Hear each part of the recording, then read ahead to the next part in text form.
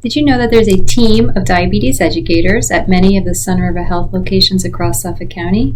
We're made up of dietitians and nurses and are available to meet with you at no charge in person or through telehealth. We can help you reduce your risk of developing diabetes or help get your diabetes under control. Talk to the front desk staff today about making an appointment.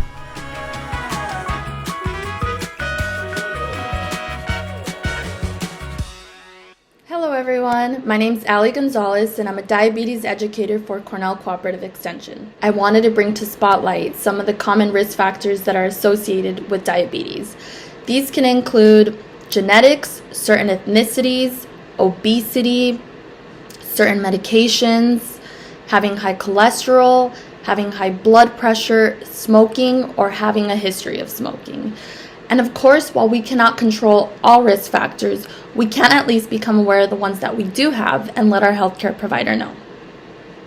In addition to being aware of the common risk factors, it is always a good idea to also be aware of the common signs and symptoms of undiagnosed diabetes. These can include frequent urination, extreme thirst, feeling hungry all the time, blurry vision, slow healing of cuts or wounds, and a tingling sensation in the hands or feet, as well as dark patches on the skin. Diabetes is a silent disease, so it is possible to still have diabetes and not even know it. So you can be feeling absolutely fine and still have diabetes. This is why it is so critical to keep up with your biannual or annual health checkups at the doctor's office. Be sure to let your provider know if you experience any of the symptoms that I mentioned. Thank you and stay safe.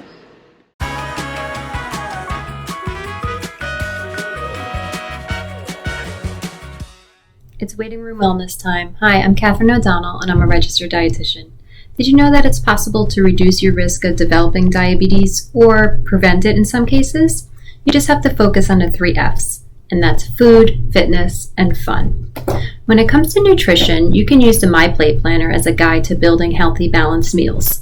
You want to fill half your plate with non-starchy vegetables, 1/4 of your plate with protein, 1/4 of your plate with carbohydrates, and try to choose to drink water most often. When it comes to fitness, find ways to get active and get your heart rate up. Go for a walk with a friend, try a new yoga class, go swimming, go biking. Whatever it is that you enjoy doing, get out there and do it. And of course, make sure that it's fun. You are more likely to stick to healthy choices when you're enjoying them.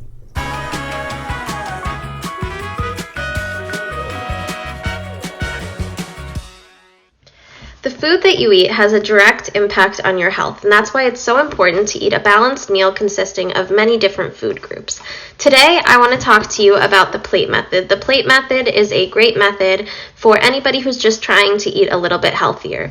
What the plate method is it's a way to just glance at your plate and make sure that you're eating enough of each food group and the right amount of each food group. So the food groups that you want on your plate would be carbohydrates or starches, proteins, fruits, vegetables, and dairy. I'm going to tell you a little bit about each food group and what foods are considered to be in those food groups. We're going to start with protein. So protein can be meat or fish, but it could also be eggs, nuts and seeds, or low-fat cheese. Also, legumes like beans have some protein as well. Next, we have carbohydrates. So carbohydrates include tortillas, rice, pasta, bread, potatoes, and corn. Those are all examples of carbohydrates. So you would want protein to take up 1/4 of your plate and carbohydrates to take up 1/4 of your plate.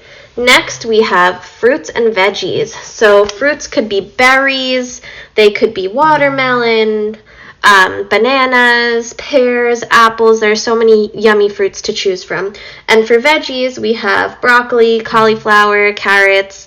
There are many options for veggies as well. So when you're making your plate, you want 1/4 plate protein, 1/4 plate carbs, 1/4 plate fruit, and 1/4 plate veggies. And then finally, we have dairy. So low-fat dairy is best if you're over 2 years old. So if you're younger than 2 years old, full-fat dairy is great for their brain development. But if you're a grown-up, if you're older than 2, low-fat dairy is a great option, whether it is milk, cheese, or plain yogurt. So when you're making your plate, as many times as possible, you want to have a balanced plate that has all of these food groups, and that'll give you the energy and the nutrition you need to stay healthy. Have a great day.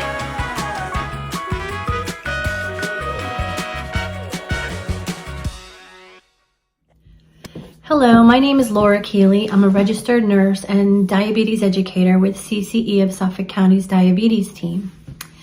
Have you ever had gestational diabetes? Did you know that if you have, you're at increased risk of developing type 2 diabetes at some point in your life? Well, it's true. But the good news is that there are ways that you can delay or prevent yourself from developing type 2 diabetes. Some of these ways include maintaining or losing weight if you're overweight. Losing even 7 to 10% of your body weight can greatly reduce your risk of developing type 2 diabetes. For example, if you weigh 200 pounds, that's a weight loss of 14 to 20 pounds, slowly over time, aiming for a loss of 1 to 2 pounds per week. Your diet can greatly increase or decrease your risk of developing diabetes. Definitely skip the sugar-sweetened beverages. They are full of empty calories and can really lead to a lot of weight gain, obesity, and increase your risk of developing diabetes greatly. Skip the sugary, fatty snacks or keep them to a minimum. Decrease portion sizes in general with each meal. Try to eat less. Increase your intake of fiber, fruits, vegetables, whole grains, beans. Contain a lot of fiber. They help you feel more full and keep you from overeating. And I would choose lean proteins such as chicken or fish and healthy fats such as nuts, seeds, olive oil, avocado, fish as your fat choices. And definitely make an appointment with one of our registered dietitians at any of the Sun River Health Centers to help you get your diet on track.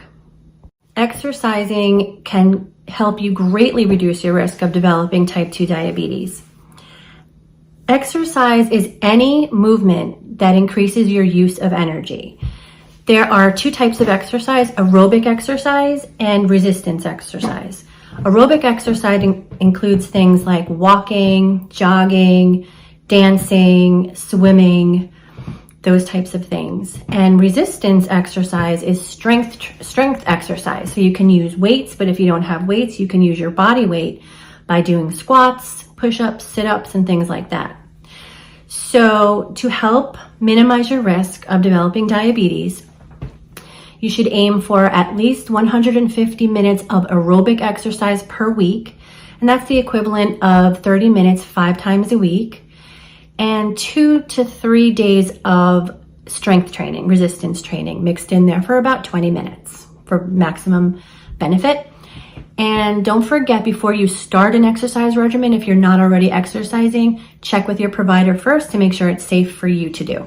If you have had gestational diabetes, it's really important to be seen by your doctor 4 to 12 weeks postpartum for a diabetes screening test. Usually it's a 2-hour oral glucose tolerance test, and that will determine if you have progressed to type 2 diabetes or not.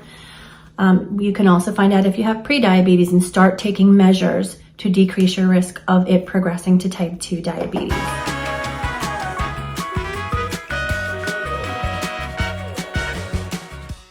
Welcome to another edition of Waiting Room Wellness. My name's Samantha. I'm a registered dietitian for Cornell Cooperative Extension and diabetes educator here at Sun River Health. Here to talk today about the SMART method for goal setting. So the SMART method is a tool which allows us to set reasonable goals to progress towards achieving them. So it's an acronym. Each letter in the word SMART stands for a different principle that we should keep in mind when setting a goal. So the S stands for specific, the M stands for measurable, the A stands for attainable, the R stands for rewarding, and the T stands for time-based. So I'm going to talk about each and how setting a goal with these principles in mind helps us to be more likely to achieve them. So, making a goal specific. Say you'd like to exercise. Try to be more specific about what that might look like for you. What sorts of exercises might you like to try? Maybe it's going for a walk or a run. Maybe it's doing some hiking, some yoga, lifting weights, whatever it might be. Try to get specific about what that goal would look like for you. Next, You want to make sure that any goal that you set is measurable. So let's use the exercise example again. Don't just say you'd like to lift weights. Put a number to it. Say how many times in a week. For example, 3 times in 1 week. Having a number set to that will make you much more likely to stick to your goal. If it's getting to the end of the week and you haven't gotten your 3rd workout in, you'll be a lot more motivated since you've put a number to the goal.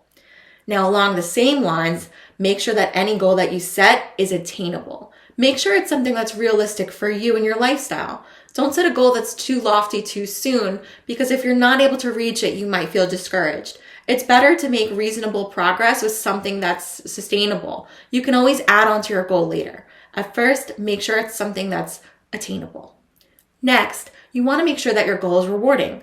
Try to keep in mind why you want this goal. What do you get out of it? So say with exercising, you might have more energy, feel better, whatever it might be. Keep these things in mind and it'll help keep you motivated to stay on track with that goal. And then finally, put a time basis to it. So now you have a goal to lift weights 3 times in 1 week. Expand that to over the course of a month. So setting a goal for a longer time frame like that and then keeps you on track towards achieving it. It'll help keep you motivated each week. And at the end, you'll feel great for having accomplished that goal over a larger time frame of 1 month. So now that you have this SMART method, I hope you're able to go forth and set goals which would help to better your health and your family's health too. Be well.